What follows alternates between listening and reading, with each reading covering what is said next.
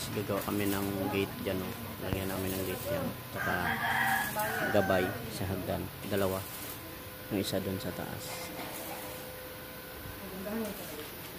Ayan, gamit kami cut off, tsaka dalawang welding machine para mabilis. Partner, oh.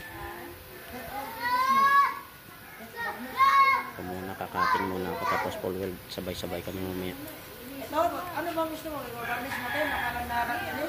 So ito na guys yung ginawa naming railings at saka pinto. Yan yung gabay. Yan, yung gilid. Dalawa to, isa sa taas. Pero yung sa taas, pinto lang.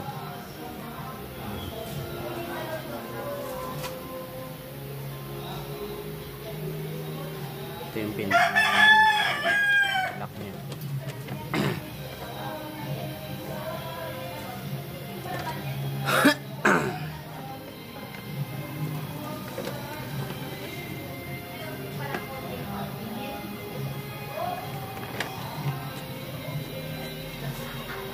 So yan na, tapos na.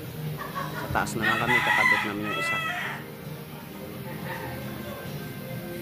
Simple lang. Pero kasi ang medyo matrabaho yung design na yan. Yung nakaganong-ganon. Ang dami yung puputulin.